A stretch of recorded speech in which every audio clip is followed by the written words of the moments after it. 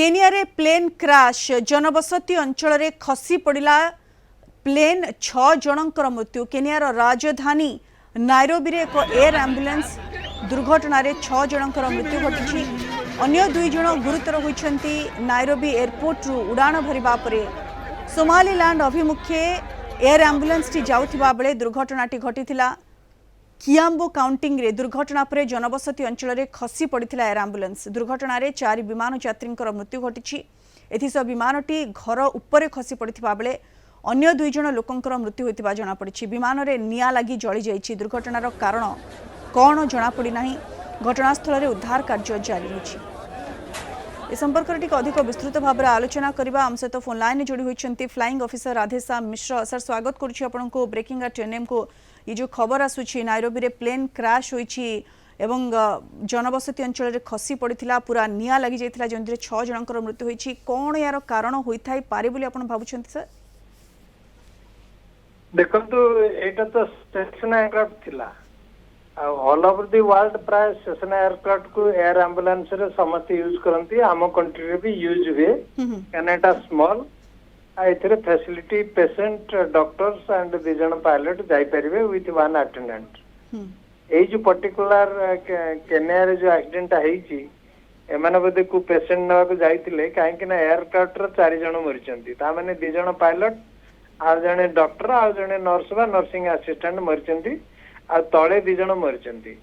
एतरु जणा पडुची जा रिपोर्ट रु जे एयरक्राफ्ट माने फ्लाइंग समय निया लगी जाइतिला। अच्छा माने देयर इज सम प्रॉब्लम। निया लागिथिबा अवस्था रे तळगु पडिची। तळगु पडले तो निश्चय जेहेतु गोटे घरे पडिची घरे 2 जन मरिचंती प्लस प्लेन तो जीवो। तेणु काहे कि निया लागिला फ्लाइंग हाउस रे एटा इन्वेस्टिगेशन कॉलेज जाय जणा पडिवो। तार एफडीआर जदी रिकवर तो निश्चय हबो। सेथरु रिकॉर्डिंग कला पर जाय जणा पडिवो। आ निया लागिवार कारण बहुत एक्जेक्टली से प्रसंग को आसुथिली मिश्र जी आप जमते कहते फ्लाइंग अवस्था बा उड़ंता अवस्था निया लगी जाइतिला। यार संभाव्य कारण कौन होते पारे? टेक्निकल एरर थाई पारे, किछि त्रुटि थाई पारे ना आउ किछि कारण थाई पारे? हां बहुत किछि हे पारे। बाड हिट हे पारे, टेक्निकल एरर भी हे पारे, फ्यूल पाइपलाइन ब्रस्ट कर जाइथिबो बा इंजन हिट हे कि रहिथिबो बा बाड हिट हेले भी एमती हे जाय निया लगी जाय। जदि बाड उडा को इंजन भीतर पसिजबे गोटे दिटा बाड ताले भी इंजन फ्लेम आउट हो माने इंजन बंद हो बा निया लगी जाई पारे। तेणु एटा तो इन्वेस्टिगेशन परे जाई जणा पड़िबो।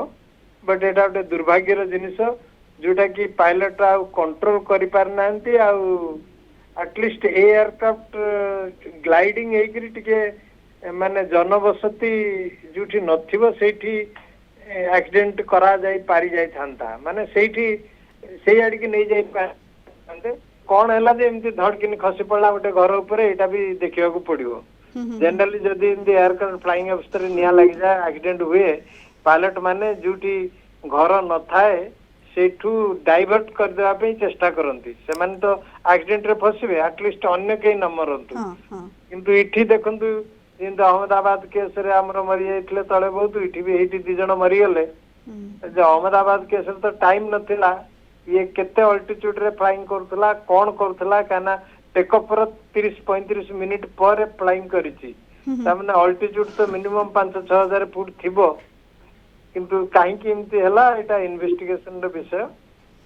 बिल्कुल इन्वेस्टिगेशन परे जणा पड़िबो जे कारण कोन होई थाए पारे, कोन एभली घटिला जोंति पय कि बने उड़ंता अवस्था रे एयर एम्बुलेंस रे निया लागि जाइथिला एवं हठात खसी पड़िथिला जनबसती अंचल रे खसी थिबारु जहाँ फ्लाइट रे बा एयर एम्बुलेंस रे 4 जनकर जीवन जाइछि एवं जनबसती अंचल जेतु खसीथिला घर उपरे खसीथिला सेथिरे मध्य 2 जनकर जीवन जाइछि। केनिया रे प्लेन क्राश होई 6 जनकर मृत्यु होइछि। धन्यवाद फ्लाइंग ऑफिसर राधेश्याम मिश्र हम सहित विस्तृत भाव आलोचना करथिबारु।